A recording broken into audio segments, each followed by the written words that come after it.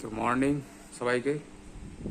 আজকে আমাদের বিশাখাপত্তনমের last day.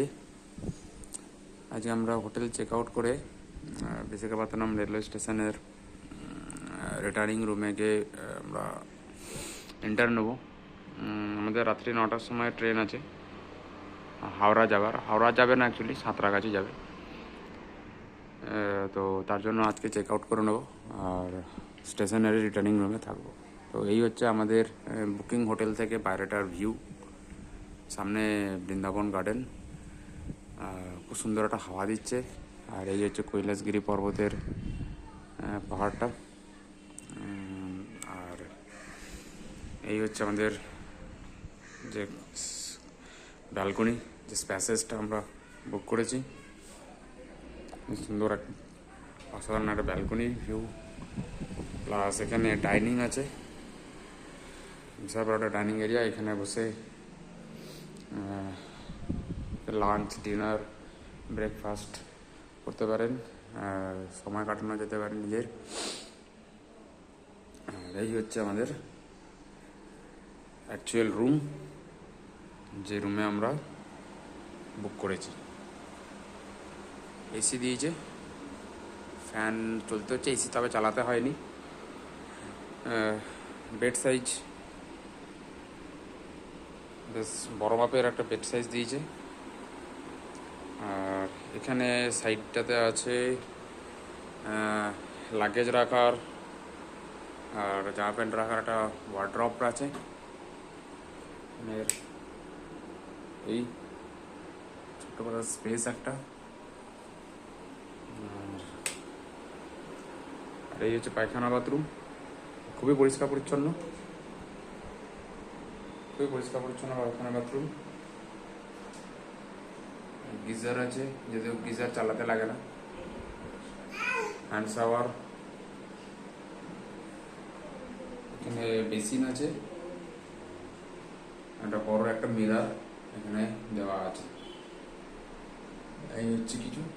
আর TV তো আছেই। ব্যাকওয়াল খুব গরম আছে তা নয়, বেশ ভালো ঘুম হচ্ছে। আর এটা খুললে মোটামুটি, কাঁচটা খুললে একটা পাহাড়ের ভিউ আমরা দেখতে পাই।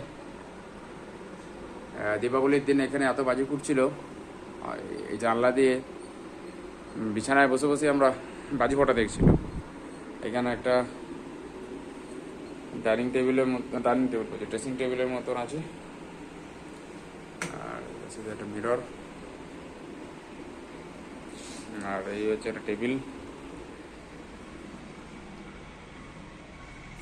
আর এই হচ্ছে একটা বড় বারান্দা। এই হচ্ছে একটা বড় মাপের বারান্দা, চেয়ার। আর এই বারান্দা থেকে বিশাখাপত্তনমের আরেক সাইডের পূর্ব দিকের সকালবেলা খুব সুন্দর হাওয়া আসে, চারিদিক থেকে হাওয়া আসছে। যদিও এই দিকটা হচ্ছে মেন রোড, এটা হচ্ছে রোড সাইড। এদিকটা রোড সাইড, এটা ব্যাক সাইডে আছে আমার, মানে আমাদের রুমটা। আর এই কিছু ভিউ আমাদের পড়েছে 1000 টাকা মনে হয়, নাকি 1200-1300 টাকা করে পার নাইট। হ্যাঁ, এরকম। এই সিজন ওয়াইজ আপ ডাউন করে। অনলাইনে বুকিং করেছিলাম। একটু আউটসাইড আছে, কিন্তু আমি বলবো যে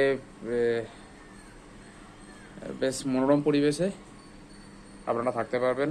অ্যাকচুয়ালি লোকালিটি আছে, কলোনি আছে এখানে। এগুলো তো সব কিন্তু আবাসন, এগুলো সবই কিন্তু আবাসন। তো আপনি একটা লোকালিটিতে থাকতে পারবেন, শান্ত পরিবেশে থাকতে পারবেন। কোনো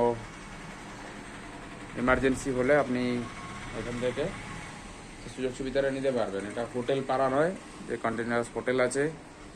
তবে একটু ওই অপশান প্রবলেম আছে, হচ্ছে ওই দোকানপাটের একটু সমস্যা আছে, আমরা জানি না। তো অনলাইনে আমাদের অর্ডার করে করে খেতে হচ্ছে।